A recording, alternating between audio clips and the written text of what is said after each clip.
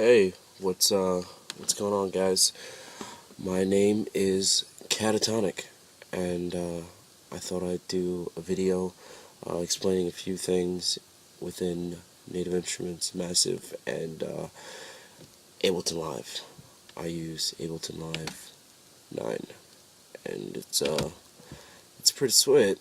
So this is Native Instruments Massive. Also, this is my first tutorial video that I've done.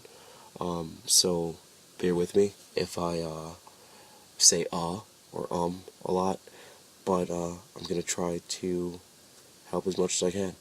So first we're gonna bring up an instance of Massive. If you don't have Massive, then this will not help you. If you want to use Massive, you have to first get Massive so you can make massive sounds, right? So I'm not saying you should go on Pirate Bay and download it for free, or find another way to torrent it for free. I'm just saying it's out there, and how you choose to get it is your own business. So with that said, we're going to do a few housekeeping things. If you noticed, I just changed the level of envelope 4. Envelope 4 by default controls the amp mod. So let's go back, let's create a new sound so you can see that. Okay, well it's already up there. Okay, so this is usually what it sounds like. This is usually what happens. The level of envelope 4 will actually be down, right? But you turn up the level, obviously it's going to get louder. Just a few housekeeping things that you should do. Restart via gate.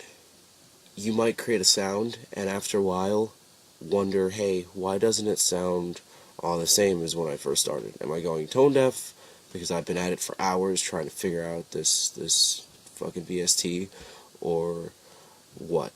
Well, it might just be that you didn't click on restart via gate. So go ahead, take a breath, calm down, and just click restart via gate. And if you know what it does, then you can decide for yourself whether or not you want to click it. So Massive in this tab explains its signal flow, and I think that's awesome. It might look a little intimidating at first, but it's relatively easy to understand. It's pretty fucking easy to understand. Just take the time and check it out. So Massive has 4 oscillators. It has oscillator 1, it has oscillator 2, it has oscillator 3, it has a noise oscillator. That's 4 oscillators. And then you see that's feedback.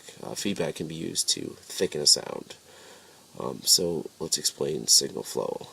So the sound will, when you press a key or play a note, the sound will start out at whatever oscillator you've selected to use, and whatever wavetable you selected to use.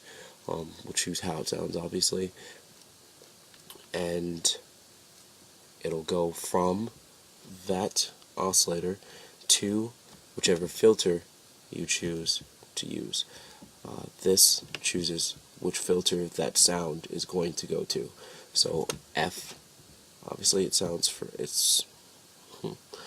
stands, sorry about that, it stands for filter, and 1 and 2 stand for 1 and 2. Filter 1 and filter 2.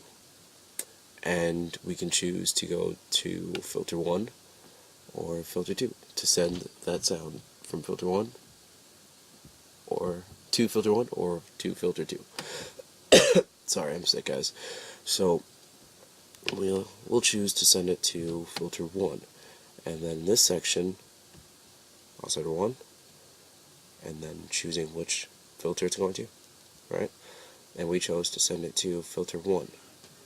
Now this section right here chooses what is what is going to happen, where that signal is going to go. Yes, you chose to send it to filter 1, but is it going to go through filter 1 and then into filter 2 and then out to the mixing section, or is it going to go parallel, serial or parallel? Serial is what I just mentioned, through filter 1 into filter 2 and then into the mixing section. Or parallel would be if you, let's say, we turn on oscillator 2 and we sent oscillator 2 to filter 2, and it's at parallel right here.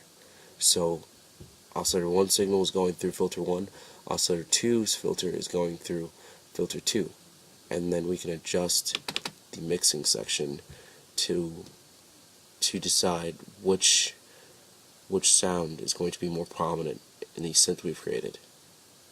I hope I explained that well. We're going to turn off oscillator 2. So let's do this. I'm going to play I hope that wasn't too loud. I'm going to play a note. I'm going to play a chord. Alright? And that's in parallel mode. So it is going through filter 1 only right now because it's also selected to go through to filter 1. So if I was to do serial, there's no change because it's still set to go to filter 1. So it's still going through filter 1, going through filter 2, and then into the mixing section. But because it's going through filter 1 and then filter 2 and then to the mixing section in serial mode, if I set an oscillator to go to filter 2 and then play a chord, I'm playing a chord right now. There's nothing. There is no sound because it is in serial mode, and I'm trying to send that sound to filter 2, but the signal flow is not going that way. It's going from oscillator 1 to filter 1 to filter 2. So there's a wall blocking it from getting to filter 2. But if I slide it up, we get it back because it is in serial mode, and it's going, by sliding it back up, it is going back to filter 1, the sound from oscillator 1. So what else we got? Yeah, oh, and it's also explained right here. Filter 1, this is serial mode. Filter 1, down into filter 2, out into the amp and pan section, and then to the main effects section, and the EQ section, and then into the master section. Right on. So,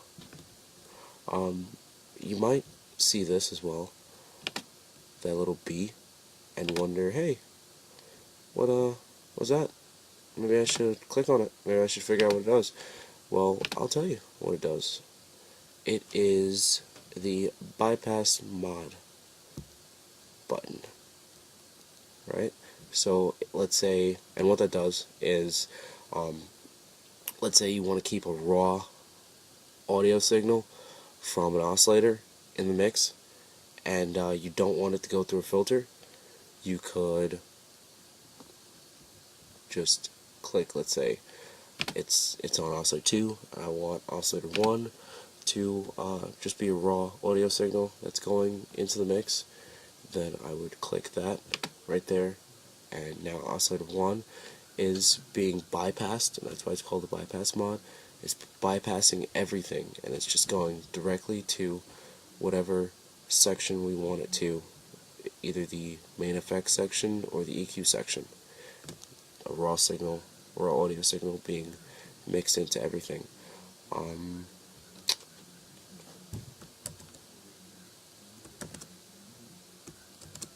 Okay. And let's say this will be a good way to explain that or to demonstrate that. So